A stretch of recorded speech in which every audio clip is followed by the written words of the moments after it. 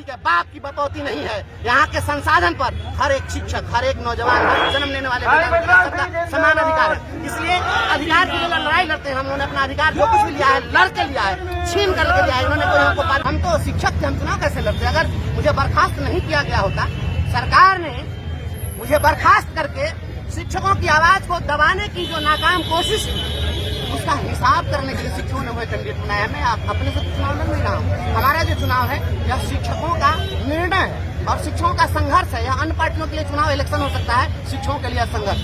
हम वैसे फकीर हैं, इनकी जूती को नीलाम करने वाले लोग। सरकार ने जिसे नौकरी से निकाला उसने ही छीना जदयू से एमएलसी सीट। नौकरी गंवाने वाले शिक्षक बंशीधर ब्रिजवासी बने तिरहुत स्नातक के नए एमएलसी। जी नमस्कार, मैं सविता कुमारी यादव। आप भारतवर्ष की तमाम आंगनवाड़ी सेविका सहायिका बहनों का आपका अपना यूट्यूब चैनल सविता कुमारी यादव में हार्दिक स्वागत करती हूँ, नंदन करती हूँ, अभिनंदन करती हूँ। बहनों, आपको बताते चले कि तिरहुत स्नातक के नए निर्दलीय उम्मीदवार माननीय बंशीधर ब्रिजवासी बने नए एमएलसी। सबसे पहले मैं इनका परिचय कराती हूँ कि ये कौन है, कहाँ के हैं और निर्दलीय उपचुनाव ये क्यों लड़े और एमएलसी कैसे बने। नहीं, कभी नहीं। हमारी कोई चुनाव की कभी तैयारी नहीं रही। हम तो शिक्षक थे, हम चुनाव कैसे लड़ते? अगर मुझे बर्खास्त नहीं किया गया होता, सरकार ने मुझे बर्खास्त करके शिक्षकों की आवाज को दबाने की जो नाकाम कोशिश, उसका हिसाब करने के लिए शिक्षकों ने वह कैंडिडेट बनाया। मैं अपने से चुनाव लड़ नहीं रहा हूँ। हमारा जो चुनाव है यह शिक्षकों का निर्णय है और शिक्षकों का संघर्ष है। यह अन्य पार्टियों के लिए चुनाव इलेक्शन हो सकता है, शिक्षकों के लिए संघर्ष। दिवेशन ठाकुर तो कह रहे हैं कि शिक्षकों को फ्री में जो मौका दिया इससे पहले तो लोग ठेका पर काम कर रहे थे। ठेका पर काम कर रहे थे, उसके पहले जो शिक्षक थे वो कौन ठेका पर काम कर रहे थे? आज आकर के दिन भर जो ये लोग गाली देते हैं कि ये जंगल राज था और सुमंगल राज था, तो ये तो सुमंगल राज चल रहा है। जंगल राज में भी वेतनमान पर शिक्षकों की बहाली होती थी बीपीएससी और इनके राज में तो नियोजनवाद का कलंक कब से शुरू हुआ? यही लोग ने नियोजनवाद की नीति लाए और यही लोग नियोजनवाद की नीति ला करके और शिक्षकों को लाठी से पिटवाए, पानी से भिगाए, आंसू गैस के गोले दागे और आज आप बोलने पर भी आप रोक लगा दिए। पहले तो बोलने पर कभी रोक नहीं लगी थी, आप तो संविधान का गला घोट रहे हैं। संविधान का गला घोटने वाले जिनकी आप बात कर रहे हैं वो सदन में कभी कुछ बोले हैं क्या? उनके बारे में तो आप बहुत लंबे चौड़े कदकाठी के हैं, बहुत पैसे वाले आभा मंडल वाले लोग बन सकते हैं, लेकिन संघर्ष के लिए कभी बोले क्या? शिक्षक के लिए उन्होंने क्या आवाज उठाई थी? एक बात उन्होंने शिक्षकों के लिए 2022 में उठाई और कहा कि शिक्षकों का आई कार्ड बनना चाहिए। वो भी आई कार्ड नहीं बना, याद है? जो एक आई कार्ड नहीं बनवा सके वो कहते कि शिक्षकों को बहुत दिलवा दिए हैं। और रोड पर सोए थे हम लोग तो क्या कर रहे थे? जाकर के हम चरण वंदना कर रहे थे क्या? शिक्षकों ने जो कुछ लिया है लड़कर लिया है।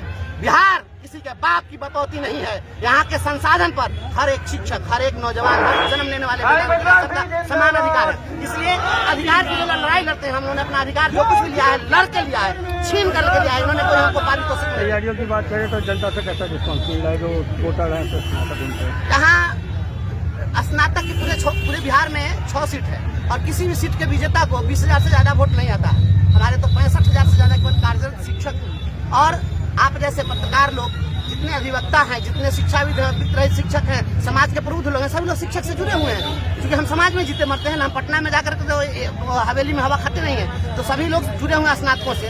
तो शिक्षकों की लड़ाई में कहाँ कोई दिक्कत है? सभी लोग हमारे साथ हैं और मैंने संघर्ष किया। मैं गरीब का बेटा हूँ ना, मैं किसी उद्योगपति और धनपति का बेटा तो हूँ नहीं। धनबल से कैसे निपटेंगे?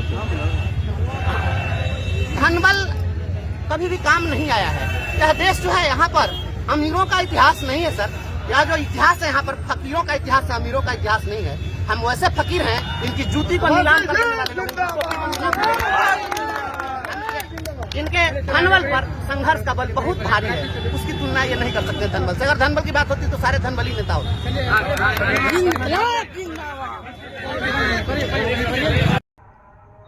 ये तिरहुत कमिश्नरी में वैशाली है, मुजफ्फरपुर है, सीतामढ़ी है, शिवहर है, ये सब जिलों को मिला करके यहाँ पे एमएलसी का चुनाव होता है।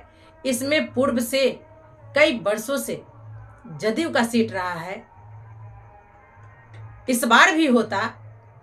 शायद ब्रिजवासी जी का नौकरी नहीं गई होती। के पाठक आए, रोज रोज नया नया नियम कानून बनाने लगे, शिक्षकों को परेशान कर दिए। इसको लेकर ब्रिजवासी जी ने पूरी तमन्ना से, दिल से शिक्षकों की आवाज को उठाया। नतीजा, के पाठक ने इनको नौकरी से बर्खास्त करवा दिया। जैसे ही एमएलसी का सीट खाली हुआ, इन्होंने नामांकन दर्ज किया और उसी दौरान कह दिया कि हमारी जीत शिक्षकों की जीत। शिक्षक लोग भी इसे अपने ईगो पर ले लिए और खुद ही नहीं बल्कि जनता से भी उन्होंने संपर्क किया और एक एक वोट शिक्षक संघ के नेता माननीय बंशीधर ब्रिजवासी जी को दिलाने का काम किया। नतीजा ये हुआ कि निर्दलीय होते हुए भी नंबर 1 पर ये आए और जीत सुनिश्चित किए। वहीं जदयू जो 1 नंबर पे रहता था वो 4थे नंबर पर चला गया। जो आरजेडी थे वो 3रे नंबर पे चले गए। वही नया पार्टी जो जनसुराज बना है वो 2रे नंबर पे रहा। आप लोग आंगनवाड़ी सेविका हैं, अगर चाहे तो हर कमिश्नरी से हम एक सेविका परिवार से एमएलसी पैदा कर सकते हैं, क्योंकि जिस समय ये सीट खाली हुआ था उसी समय हमारे ही संघ से जुड़े हुए जो असिस्टेंट ब्यूरो चीफ है, साथ में सेविका पति भी है, श्री सुबोध कुमार जी, उन्होंने इस प्रस्ताव को रखा था कि जो सेविका चाहे किसी भी संगठन से हो, अगर वो एमएलसी चुनाव लड़ना चाहती हैं तो मैदान में आए, हम सभी लोग उन्हें चुनने का काम करेंगे, उन्हें सदन भेजने का काम करेंगे। लेकिन कोई आगे इसलिए नहीं आए कि हम महिलाओं का संगठन है और हमारी महिलाएं इतनी एक्टिव नहीं हैं। शिक्षक में भी महिलाएं शिक्षक हैं, वो एक्टिव हैं, वो लोग एक होकर सभी कार्यों को करते भी हैं और अंजाम भी देते हैं। लेकिन हम आंगनवाड़ी सेविका सहायिका एक नहीं हो पाते हैं। अगर एक हो जाते तो एक विधायक एक एमएलसी तो बना ही देते, लेकिन हम लोगों में फूट है, वो आगे निकल जाएगी तो वो पीछे रह जाएगी, वो आगे निकल जाएगी तो वो पीछे रह जाएगी। यही तू मैं में हम लोग बिखरे हुए हैं। जो शिक्षकों के लिए अपनी नौकरी गंवा दी और शिक्षकों ने उसको अपने ईगो पर ले लिए और एक एमएलसी का चुनाव कर दिए, जो कि रोड से कोर्ट तक लड़ने का काम किया, शिक्षकों की आवाज उठाने का काम किया। आज वो विधानसभा में आवाज उठाएंगे। क्या आप में से एक सेविका विधानसभा नहीं जा सकती है? लोकसभा नहीं जा सकती है? बिल्कुल जा सकती है, अगर आप लोग साथ हो तो। हमने हर बार आप लोगों से कहा, चाहे हम पंचायत लेवल पे, प्रखंड लेवल पे, जिला लेवल पे मीटिंग किया हो या धरना स्थल पे, हमने बार बार कहा कि एक एक लकड़ी को हम तोड़ सकते हैं, लेकिन जब 5 लकड़ी 10 लकड़ी का गठरा बना दे तो उसको कोई माई का लाल तोड़ नहीं सकता। हम लोग छोटी छोटी बातों को लेकर, तनिक तनिक बातों को लेकर, अपनी स्वार्थ सिद्धि को लेकर एक दूसरे पे तानातानी करते रहते हैं, टिक्का टिप्पणी करते रहते हैं, गाली गलौज करते रहते हैं, खामियां निकालने लगते हैं, गाली गलौज करने लगते हैं, पदाधिकारी की चापलूसी करने लगते हैं और अपनी ही बहन को नौकरी गंवाने पे मजबूर कर देते हैं। नतीजा, हम लोग बिखरे हुए हैं, कुछ भी हासिल नहीं कर पा रहे हैं। आज अगर हमारी भी एक सेविका एमएलसी बनकर जाती, विधायक बनकर जाती, तो विधानसभा में जोरदार तरीके से आपकी आवाज को उठाती।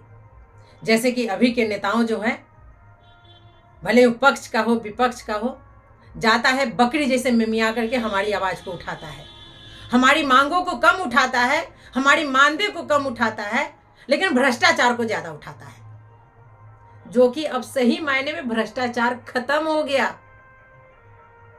पहले वाली बात छोड़िए, पहले कुछ होता होगा हमें भी नहीं मालूम, लेकिन हम लोगों ने जब से आया तब से सरकार को, पदाधिकारी को, समाज को काम करके दिया, दिखाया कि आंगनवाड़ी कागज पे नहीं बल्कि आंगनवाड़ी धरातल पे काम करती है, बच्चों में नींव डालती है, गर्भवती माँ का देखरेख करती है, धात्री माताओं की देखरेख करती है, बच्चे से बूढ़े तक का देखरेख करती है, समय समय पे उन्हें सलाह देती है, THR के रूप में कच्चा राशन वितरण करती है। जो भी योजनाएं, जो भी अभियान चलाए जाते हैं सब आंगनवाड़ी सेविका ही तो करती है। हमने ये भी कहा था कि YouTube, फेसबुक, ट्विटर, इंस्टाग्राम जहां भी हो आंगनवाड़ी छा जाओ, अपने काम को दिखाओ। काम करने के लिए निकले हैं तो शर्म किस बात की? कोई गलत काम तो नहीं कर रहे हैं, बच्चों को पढ़ा रहे हैं, जनता जनार्दन को सेवा दे रहे हैं। इसी बात को हम अगर फेसबुक पे डालते हैं, व्हाट्सएप पे डालते हैं, इंस्टाग्राम पे डालते हैं, यूट्यूब पे डालते हैं तो क्या दिक्कत है? यूट्यूब से कुछ पैसा भी आ जाएगा, आप लोग करिए, सब कोई करिए, आप अपना काम दिखाइए। जब काम करना ही है तो फिर पीछे क्यों? जो डर गया सो मर गया, इसलिए डरिए नहीं, एकता बनाइए और अपना कदम आगे बढ़ाइए। और जो उदाहरण के तौर पर आपको तिरहुत स्नातक के नए MLC माननीय ब्रिजवासी जी मिले हैं, इनके पथ पर चलिए और शिक्षकों जैसे एकता बनाइए, तभी जाकर आप कामयाब हो पाइएगा, आप भी वेतनमान होइएगा, आप भी सरकारी कर्मचारी का दर्जा लीजिएगा, आप भी स्थायी कर्मी बनिएगा और आप ही में से कोई MLC बनेगा, कोई विधायक बनेगा, कोई मंत्री बनेगा। नहीं तो ऐसे ही रहिए। चलिए, मैंने आप लोगों का समय बहुत लिया, शायद आप लोग पूरा वीडियो देख भी ना पाए, इसलिए मैं अपनी बातों को यहीं पे विराम देती हूँ। फिर मिलती हूँ अगले वीडियो में कुछ और नई जानकारियों के साथ। तब तक के लिए आप हमें विदा दीजिए। नमस्कार।